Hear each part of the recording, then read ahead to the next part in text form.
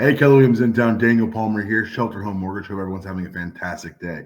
Thank you all for being so supportive of Shelter Scriptology and for all of our top producers who've come and given their knowledge to us for half an hour at a time, once a month. This month, we're collecting some of the best knowledge and bringing it to you in small, bite-sized increments. Then we're going to start off with the importance of being prepared, why it matters so much, and how it can help grow you, your business, and your future.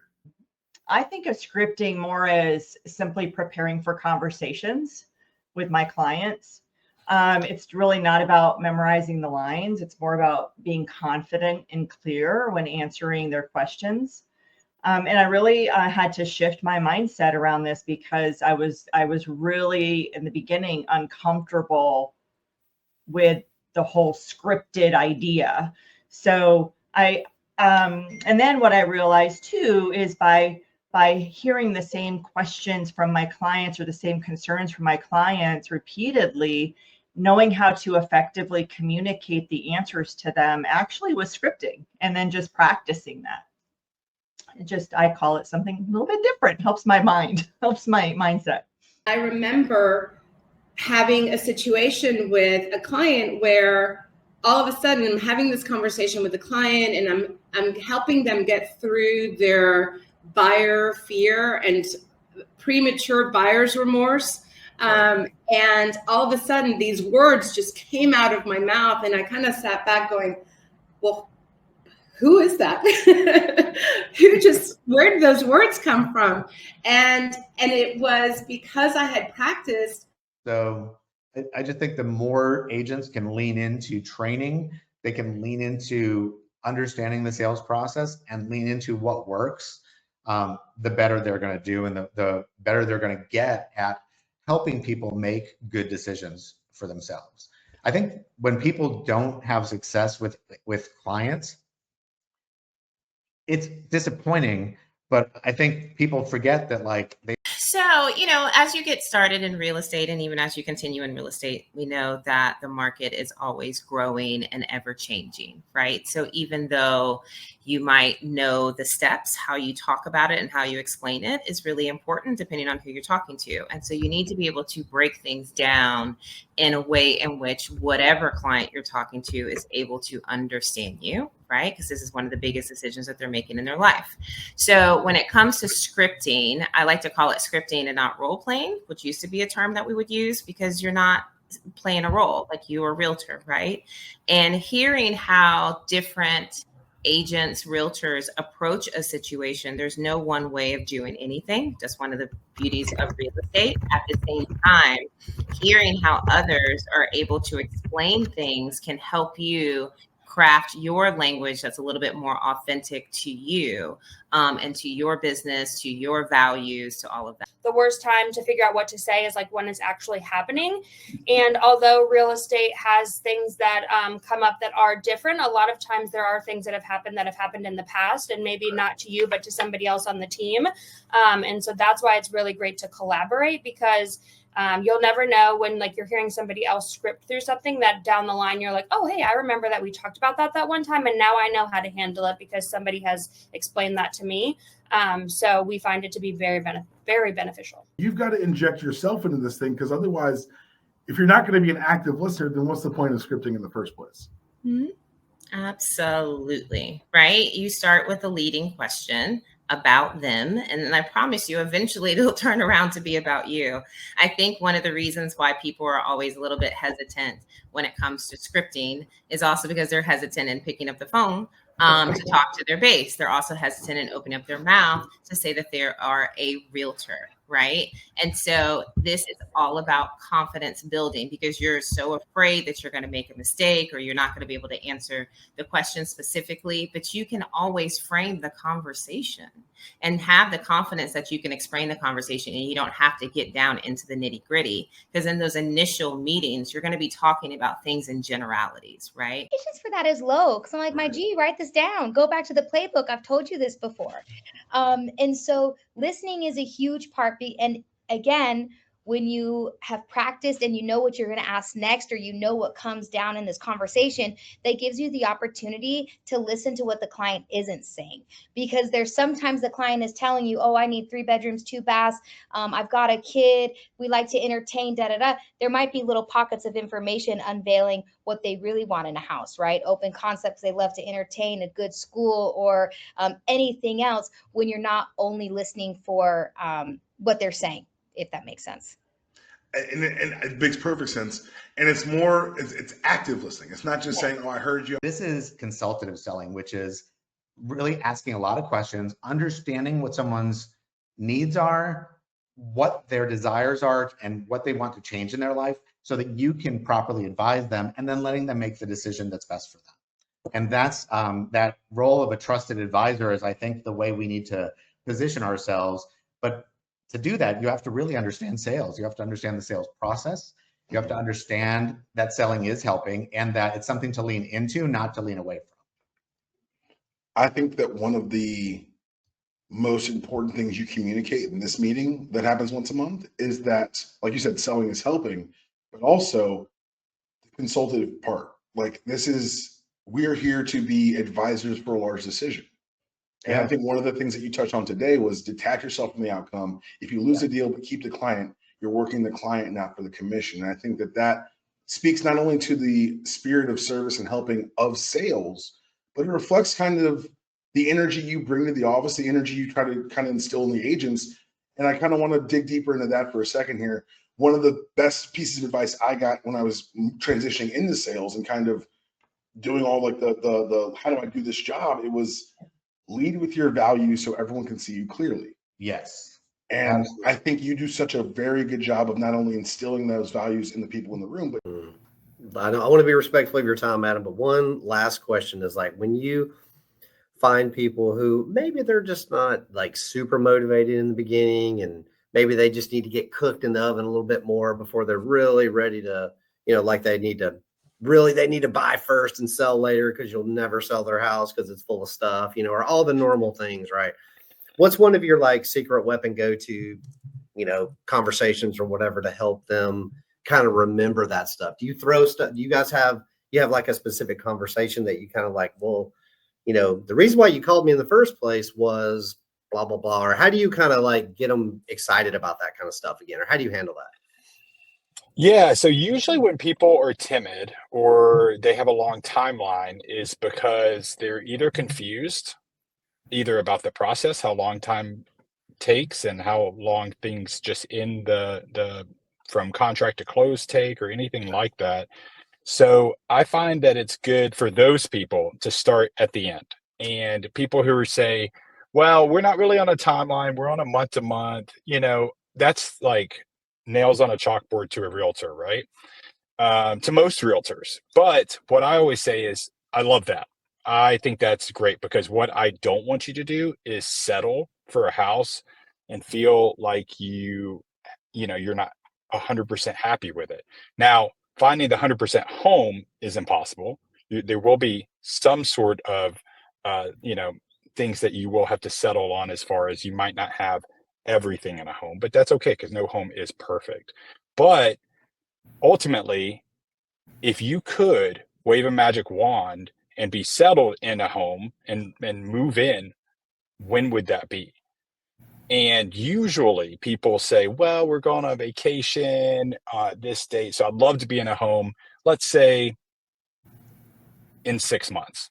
Okay, great. Well, in 6 months, that puts us in this market. Let's say that's August. Well, it takes about 30 days to close a house. So if you backtrack 1 month, that puts us into July. And that means we probably need to start our search at least a month, if not 2 or 3 before then, because of limited inventory. So really, I'm looking at a pre-approval around April to May at the latest. I think that's when you should really start talking with lenders and get pre-underwritten. But what if a house comes along in March that is the one? And they would say, well, we would make an offer on it. Basically, I would say, okay, great. But you're going to be backtracking at that point. You're going to be the buyer that's not ready to buy a house. And unless you go ahead and have those steps and talks and those conversations with a lender and get 100% approved, there's going to be a buyer out there that may take the perfect house, and then you're going to have this huge, FOMO of never finding the right one again. Right. And so if you're setting an open-ended timeline, go ahead and be prepared so that you can act quickly when the right one comes along, because you don't know when it's going to be.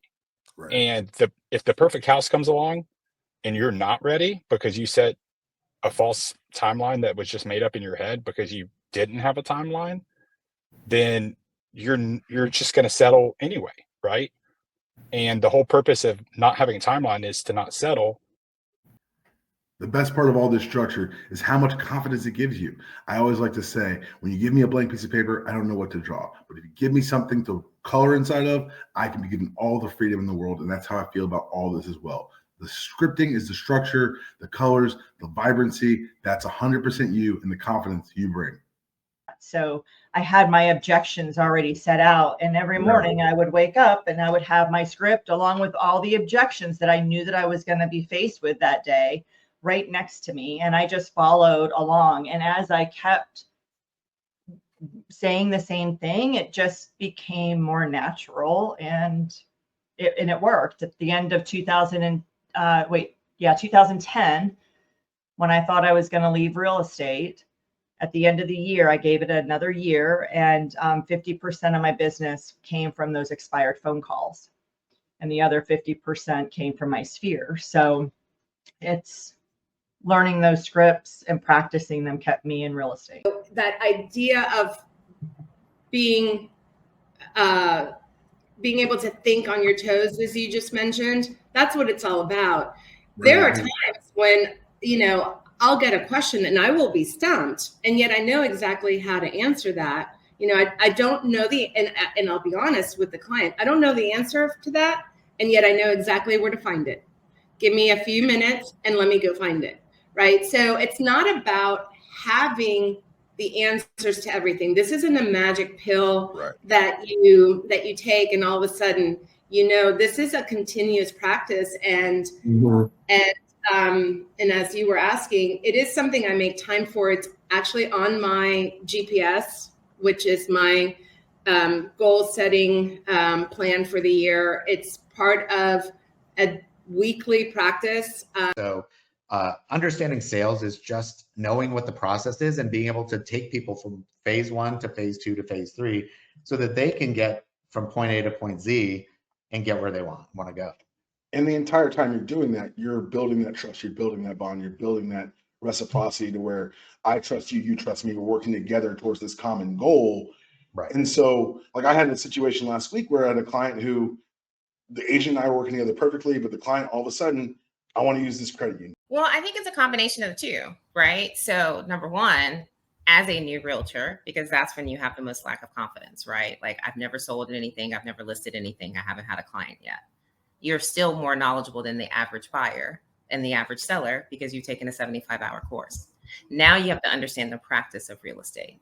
And so you have to dive in. The only way that you can build your confidence is by doing the work. The only way that you build your confidence is by not having an answer to a question, but saying, hey, I will get back to you. Because know that as a realtor, you're going to be saying that a lot. Hey, I don't have an answer to that, but I'll get back to you within 24 hours, 48 hours. And as long as you're consistent with your follow-up, it doesn't shake their confidence in you. It's you being honest and saying, I'm never going to know everything, but I do have the resources to get you the knowledge that you need. I think preparing buyers to deal with sellers that may not be as current in the market as they are is something that's wise to do on the front end, because it is a reality. Right on. So before I get into some of the particular questions, I wanted to ask we talked about your data background, kind of how you brought the love of numbers to the game. How did you, I don't know if anyone knows, no one falls out of bed and becomes a great real estate agent. Like, I know everyone, you see Frank, you see the successes, it wasn't overnight. How did you come to the point where you were like, okay, let me use a structure of my conversations in concert with this data to better serve my clients? Because I know for me, I as I look back at my career, I watched myself get sharper and better as I got more used to having conversations. And then I was able to better utilize data to support my assertions and to kind of help navigate the client experience. Was there a moment for you where it was like, I need to stop chasing the numbers and start focusing on how I'm communicating them to people? Yeah, I don't know if I can recall a moment. Yeah, I think it's just letting people know and giving them the freedom to do that. One of the best examples I use is, especially when you're working with family or close friends. A lot of us work with friends and family, and it's allowing them to say, "Hey, we're going to separate who you are as a friend or a brother-in-law or sister-in-law, and who we are during this process. And there's going to be times that I'm going to see a side of you that I might have never seen before. And there's going to be times where you might see a side of me that you've never seen before. And that's okay. That's normal. You're going through a stressful situation, and I want to allow you to have that freedom to do that. Just know that no matter what, I'm going to protect your interest and not share that with the other side, and I'm going to have a very short-term memory when it comes to you freaking out, because it's a stressful process, and there are times you're going to be stressed, and it's okay to let those emotions out. Just know that I still love you. You're still my brother-in-law, you're still my sister-in-law, you're still my friend, and no matter what happens, that will still be the case. We start here, we meet each other, we make it to the closing table, all the way to the end. But along the way, I get the opportunity to share this knowledge. And it's definitely come through trial and error, because I've love bombed people and information bombed people, and they're looking at me like, I have no idea what you said. Yeah. So if I want them to retain the information, then I give it to them in little bite-sized pieces. And I always have to remind myself, how many houses do people normally buy in their lifetime? Do you know that stat? I'd say 3 to 4, maybe 2 to 3. I've sold 3 to 4 houses in 6 months, right? So I have to take a step back and just say, just because I do this over and over and over again, doesn't mean they understand everything I'm saying. Even if it's something as simple as, and this is how I've been humbled a few times, during due diligence, we'll protect your earnest money. And I'm going through and they say, what's earnest money? Let me take a step back. Yeah. Right. So those experiences, to be honest, have kind of humbled me and taken me a step back to really give them the information piece by piece. What could be more important than telling your story, making sure it gets out there to set you apart from the crowded marketplace of real estate agents? Trust me, no one knows you better than you, and no one can talk about you confidently, clearly, and with great passion than you can. How she phrased it, I actually wrote it down for my future leads, of really painting the picture. Instead of, do you know anyone looking to buy or sell real estate? It's, do you know anyone looking for a great investment opportunity? Do you know anyone that's sick and tired of paying rent? Because your brain, I think, I'm sick and tired of paying rent. You may have not been thinking of that until you brought that up. So I loved even learning some new tools in the tool belt too, as we're having these conversations. Let me back up. If I'm having a conversation with an old client, for me to say, do you know anyone looking to buy or sell real estate, didn't feel that comfortable. It actually felt more exciting for me to say, do you know anyone looking that's sick and tired of paying rent? That takes our business into our conversation. And now that good conversation you're having has also turned into a business conversation. If there's someone listening right now who is maybe getting started or has never really taking this as seriously, maybe as the scripting as they could, how would you advise finding a scripting partner? Because you and I talked earlier about how open and willing to help this office is. How would you advise them going about finding a scripting partner within our own office?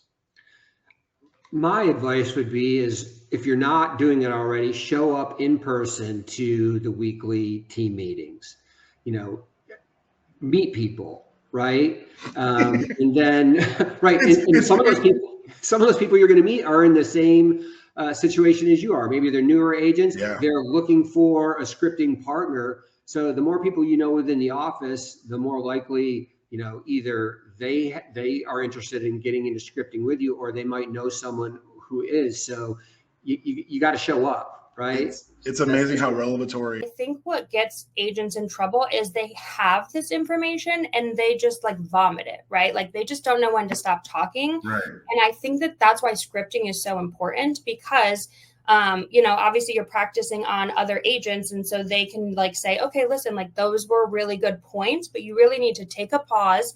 you should be talking less than they're talking. So I think where a lot of agents get stuck is they don't ask open-ended questions, right? Like you need to know where you want to lead them in the conversation, but at the end of the day, they need to do the talking and they need to think that they've led themselves there. And you do that through like proper question asking. And so, you know, our team has a constant Google sheet where when we think of questions, we just constantly add to it, so that we're always asking different and new questions and coming up with ways to get people to think outside the box.